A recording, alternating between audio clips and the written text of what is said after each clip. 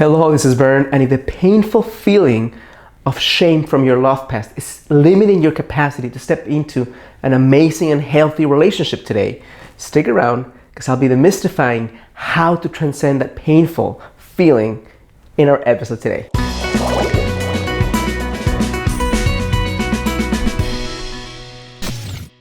Hello, this is Vern. Welcome to your GreatLifeToBe.com. Today is another edition of Get the Love You Crave, and I'm very excited to be sharing with you how to end the feeling of shame from your love past.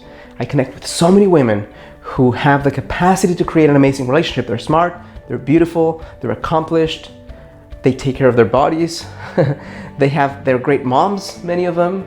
Some of them are still without children, but regardless of where they are in their lives, the moment they connect to an amazing guy, somebody who shows up with a lot of strength and masculine energy, they almost like make themselves small. They feel less than, and part of that feeling of being less than is they connect and tap into a feeling of shame, mostly from their past.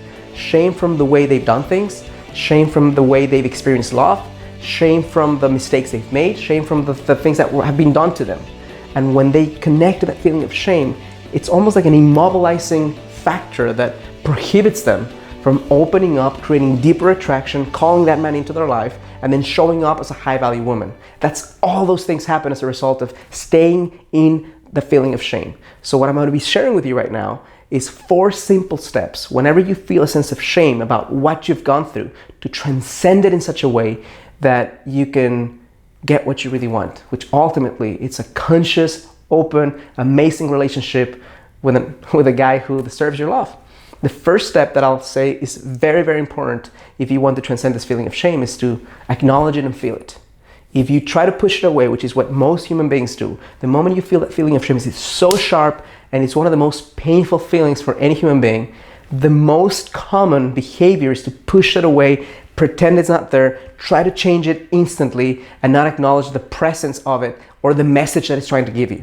So the moment that you recognize, okay, shame is entering my heart right now, and you don't try to push it away, you just allow it to hit you first, but hit you consciously. There's unconscious shame and there's conscious shame. Conscious shame can be transformed and changed. Unconscious shame is usually pushed away. So the moment it hits you and you identify it, I want you to breathe into your heart physically. This is not just like this is hocus pocus metaphorical bullshit thing. It's physically breathe into your heart. I want you to take deep breaths in, recognize what's going on, and then I want you to see yourself. If you could actually imagine you're inside yourself and you get outside of yourself and you're looking inside of you and you're seeing a very clear distinction, visually seeing a clear distinction between you and the behaviors that you've done and you've stepped into in your life. Because the moment that you feel really ashamed of something, the reality is that the behavior, the pattern, and you have all become meshed into one. For some reason, you think that you are your behavior, you're identifying very closely to that thing that's making you feel ashamed. The moment you recognize, okay, I am not my behavior, I am not that thing that I did, nor am I that thing that was done to me. I connect with so many women who were abused physically, emotionally, including rape. And the moment they are able to step out and recognize that that is not them, there's not an ounce of that behavior that's really who they are at their core, then starting the process of healing is much more free from that standpoint than if you fully identify, if you make that your identity. So the moment you start identifying, okay, the thing that I've done, the pattern that I think is so stupid, or the pattern that I think is so destructive, or this thing that this guy might think is so idiotic, for example, that's what you think inside. The moment you feel that that is not me, that's something I've done, instantly you gain a sense of power because you can change your fucking behavior. Changing you is a lot harder than changing your behavior. So if it's just about changing your behavior, then you can step into new action. So once you recognize that, third step is to develop what I call X-ray sense of calmness. X-ray sense of calmness is simply a principle that says, if you could get metaphorical X-rays where you could see not inside like the, just the see through walls, but see through people's hearts, see through people's insecurities, see through people's pain, see through people's behavior and past, you would understand that we all, no matter how amazing that human being that you're connecting with you think it is, has done some incredibly painful and shitty things and has flaws and insecurities and the same shame that you're experiencing they have at some level. They may not be showing it. So if you understood that we all have idiosyncrasies and differences and quirkness and shady things and darkness and light, then you don't see yourself as this isolated, unique individual that's flawed or broken. You recognize that at some level, we are all flawed and broken. At one level, we're all radiant beings of light, okay? So connect to that part of you that knows and understands that every human being, because of just the act of being human, has gone through some incredibly painful things, whether they're sharing them or not. And that makes you feel like you have a shared humanity versus the distance with everybody around you. The fourth step is simple.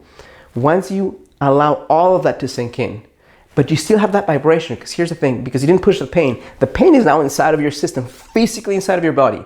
I want you to do something physical to get it out of your body.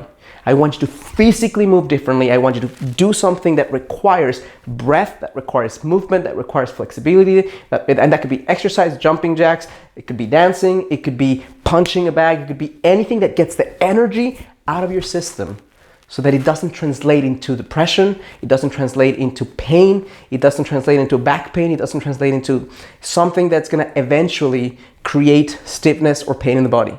And when you do that, you're in essence alchemizing, using that energy that got in, that was painful, using it for something powerful. And then from that space, you can step into new action. You can step into greater connection with someone. You can step into more depth of contribution. You can step into feeling your sexiness much more fully. You can step into setting boundaries. From a feeling of shame, it's incredibly hard to set boundaries, to step into contribution. From this new feeling, from the transformation and the alchemy of this, you can do absolutely anything. So if you think this is helpful, insightful, and useful, I'm gonna ask you to do 3 things. Number 1, click like on this video. Number 2, subscribe to my channel. Number 3, on the description of this video or on your link right here, somewhere on your screen, you'll see an ability for you to just click on that little thing, subscribe to a free webinar that I'm hosting that's gonna be sharing with you how to find your soulmate in 90 days or less. Super powerful stuff, and it's absolutely free. If you have any questions for me, place a comment on any of my videos, including this one, and I'll respond to you personally or create a video just for you. Thank you.